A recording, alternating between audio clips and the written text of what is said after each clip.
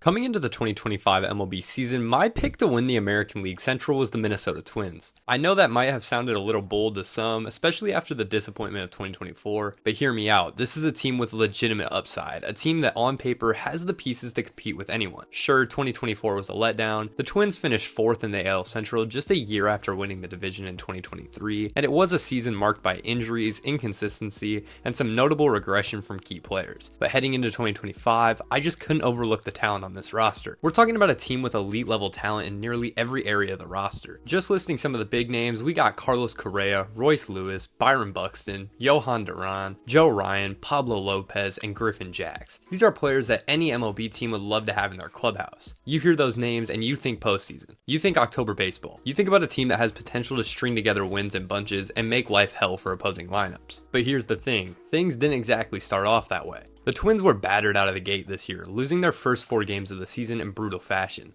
That opening stretch included a rough 2-9 loss to the St. Louis Cardinals, followed by an even more painful 0-9 shutout at the hands of division rival Chicago White Sox. And unfortunately for Twins fans, that slow start wasn't just a fluke, it was sign of deeper issues. Through their first 10 series, the Twins managed to win only 4, limping to a 13-20 record by May 3rd. That put them 7 games under 500, a discouraging start for a team with postseason aspirations. At that point, the offense simply was not getting the job done.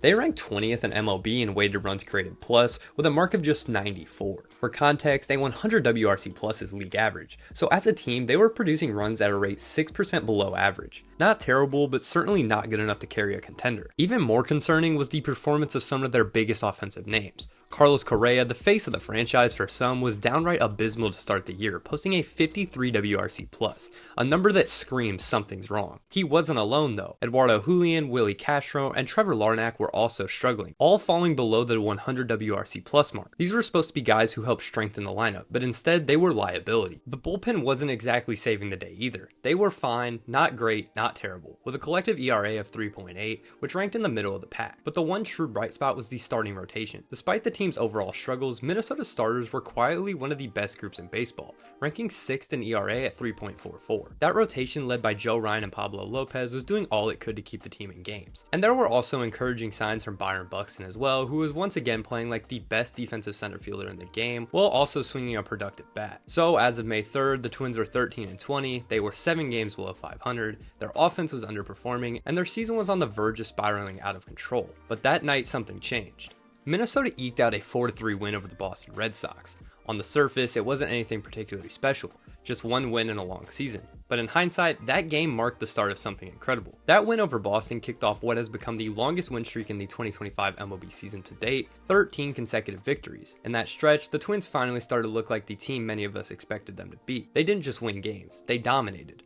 The lineup woke up in a big way, slashing 270, 340, and 410 as a team during the streak. Good for a team OPS of 750. They had 9 different players posting a WRC plus over 110 during that run, which is borderline absurd. Leading the charge were Cody Clemens. Yes, Cody Clemens, who was red hot with an OPS over 1,100, and Byron Buxton, who chipped in with an OPS over 1,000, while continuing to be a force in the outfield. And while the offense was rolling, the rotation remained a steady force. Over those 13 games, Twins starters posted a sparkling 3.2 ERA, with standout performances becoming the norm. Pablo Lopez dazzled on May 6, striking out 11 over 5 innings while allowing just 1 earned run. Joe Ryan followed suit with an absolute gem on May 16th, tossing 6 shutout innings and striking out 9. These weren't just good starts, they were tone-setting performances that fueled the streak. But the real story, the bullpen. Minnesota's relievers were nothing short of elite during this stretch, posting an ERA of 0.89.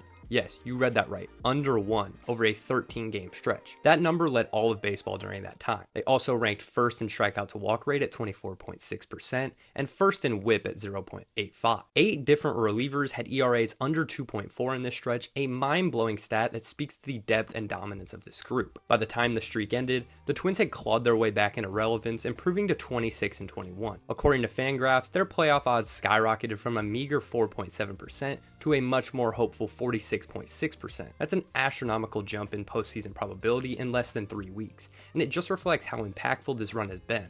If I'm a Twins fan, I'm feeling pretty good right now. And here's the kicker, they're not even at full strength. Carlos Correa is still hitting below his career norm, sitting with a sub 700 OPS. Eduardo Julian and Willie Castro also remain below that threshold. These are players that have more to give, and even if one or two of them start performing closer to expectations, this lineup could take another leap. Then there's Royce Lewis and Jose Miranda, two very talented hitters who haven't played much yet this season due to injury or usage limitations, but they represent two more potential weapons that could elevate this offense to the next level. There's serious upside waiting in the wings, and that's something most teams can't say. As for the pitching, there's not much to complain about. Joe Ryan and Pablo Lopez are anchoring the rotation with ERAs around 2.4, giving the Twins one of the best 1-2 punches in the American League. Bailey Ober has been solid as well, pitching to a 3.75 ERA and providing quality innings. Chris Paddock, while not dominant, has been a serviceable fourth starter with an ERA hovering around 4. That kind of rotation depth is a luxury in today's game. The bullpen is stacked with talent from top to bottom. Danny Colombe has quietly been one of the most effective and underrated relievers in baseball this year. Cole Sands and Louis Varland have emerged as high leverage options, giving manager Rocco Baldelli a ton of flexibility in how he deploys his arms late in games. And while Griffin Jax got off to a rocky start with a 5.23 ERA,